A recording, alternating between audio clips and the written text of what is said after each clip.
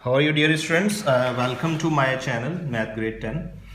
Students lecture number 34 start करने से पहले मेरे इस चैनल को लाइक कीजिए और सब्सक्राइब कीजिए और बेल आइकन को प्रेस कीजिए ताकि नेक्स्ट लेक्चर्स के नोटिफिकेशन आप तक बर वक्त पहुंच सकें।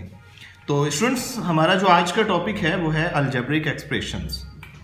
तो स्टूडेंट्स अलजेब्रिक एक्सप्रेशन की डेफिनेशन हम फर्स्ट ऑफ ऑल उस पर बात करेंगे कि अलजेब्रिक एक्सप्रेशन को डिफाइन कैसे किया जा सकता है। तो स्टूडेंट्स डेफिनेशन है connection between variables and constant by algebraic operation और फंडामेंटल ऑपरेशन। तो स्टूडेंट्स यहाँ हम बात करते हैं कि जो हमारे पास डेफिनेशन जो हम बता रहे हैं कि इसमें जो वेरिएबल और कांस्टेंट का कनेक्शन होता है बाय अलजेब्रिक ऑपरेशंस और fundamental operations.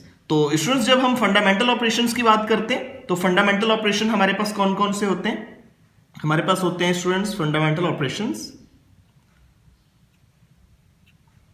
Plus minus multiply and divide.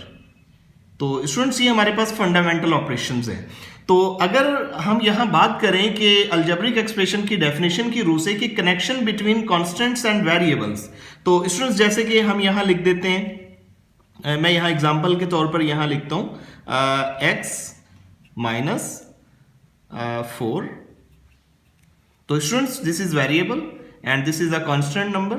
तो इन दोनों के दरमियान में हमने फंडामेंटल ऑपरेशन यूज किया माइनस, तो ये हमारे पास एक जो है वो अलजेब्रिक एक्सप्रेशन बन गई। इसी तरह अगर मैं सेकंड एग्जांपल आपके पास यहां दूं x प्लस 4 एंड इसी तरह मैं जो है एक एग्जांपल आपके पास दे देता हूं 4x।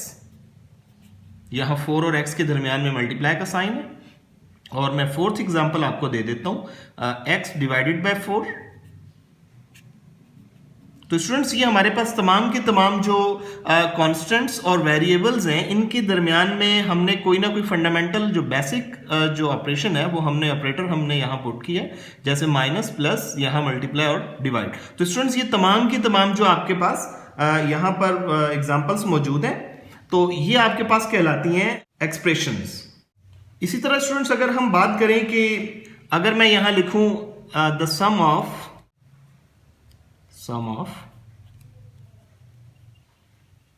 3 एंड 7, तो डेफिनेटली हम इसका जो सम है वो कुछ इस तरह से लिखेंगे 3 प्लस 7।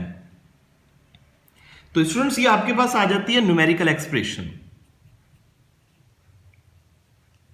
Numerical expression.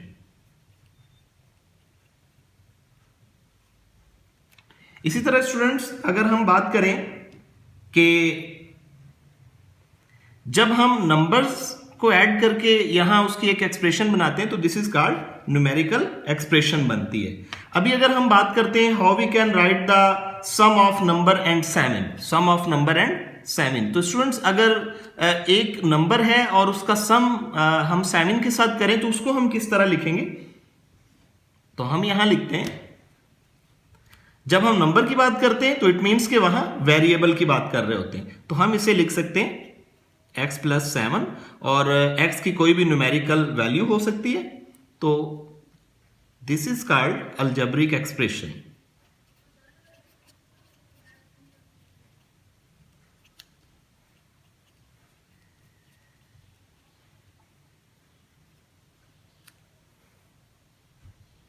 तो स्टूडेंट्स ये आपको आई होप के कॉन्सेप्ट समझ में आ चुका होगा कि इस तरह से जो हमारे पास एक्सप्रेशंस, न्यूमेरिकल एक्सप्रेशंस और अलजेब्रिक एक्सप्रेशंस में जो इसका जो कॉन्सेप्ट है वो आपको समझ में आ चुका होगा। अब हम बात करते हैं ट्रम्स पर। तो स्टूडेंट्स ट्रम्स क्या होती हैं? ट्रम्स जैसे कि मैं यहां एक नंबर लिखता हूं 4, तो it has 1 term, it has 1 term. इसी तरह अगर मैं यहां बात करूं 4 plus x, it has 2 terms. और इसी तरह अगर मैं बात करूं 4 डिवाइडेड बाय x, 1 ट्रम और इसी तरह अगर मैं बात करूं 4 plus x minus y, it has 3 terms. तो इसी तरह से स्टूडेंट्स अगर मैं यहां लिख दूं 4x, so it has 1 term. तो स्टूडेंट्स यहां एक बात ये क्लियर हुई कि हमारे पास जो फंडामेंटल ऑपरेशंस में से जो आपके पास नेगेटिव और प्लस की जो साइन है, यही ऑपरेशंस को यूं समझ लें कि सेपरेट करते हैं टर्म्स को। यानी हम यहां फाइनल जो हमें यहां ये बात पता चली कि प्लस और माइनस जो है ये टर्म्स को सेपरेट करते हैं, और जो मल्टीप्लाई और डिवाइड है डू नॉट सेपरेट।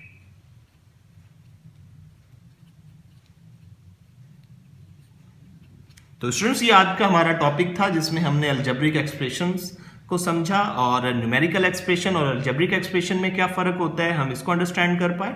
और इसी तरह फर्दर जो आगे ट्रम्स का कॉन्सेप्ट था जिसमें हमने यहाँ देखा कि 1 टर्म है, यहाँ पर 2 टर्म्स हैं, यहाँ पर जो अगर हम डिवाइड करें तो डिवाइड की टर्म जो साइन जो है वो आपके पास टर्म्स को अलग अलग नहीं करती, सेपरेट नहीं करती, तो ये एक ही टर्म काउंट होती है। इसी तरह हमारे पास जो प्लस और माइनस है ये टर्म्स को सेपरेट करती हैं, तो इट मीन्स कि यहाँ 1, 2 एंड 3 टर्म्स है। इसी तरह जो है यहाँ पर मल्टीप्लाई की जो साइन है तो ये एक ही टर्म काउंट होगी। तो स्टूडेंट्स ये फाइनल हमारा जो है कि मल्टीप्लाई और डिवाइड जो है वो टर्म्स को सेपरेट नहीं करते। और इसी तरह स्टूडेंट्स नेक्स्ट टॉपिक के अंदर हम जो है आगे फर्दर बात करेंगे डिग्री पर, और इसी तरह जो है हम रेशनल और इरेशनल एक्सप्रेशंस पर भी बात करेंगे। फर्दर हम जब इनके स्टूडेंट्स जब चैप्टर 4 के मुकम्मल हम कॉन्सेप्ट्स ले लेंगे, कॉन्सेप्ट्स के बाद हम एक्सरसाइज को जो है वो स्टार्ट करेंगे। आई होप कि ये कॉन्सेप्ट आपको समझ में आ चुका होगा।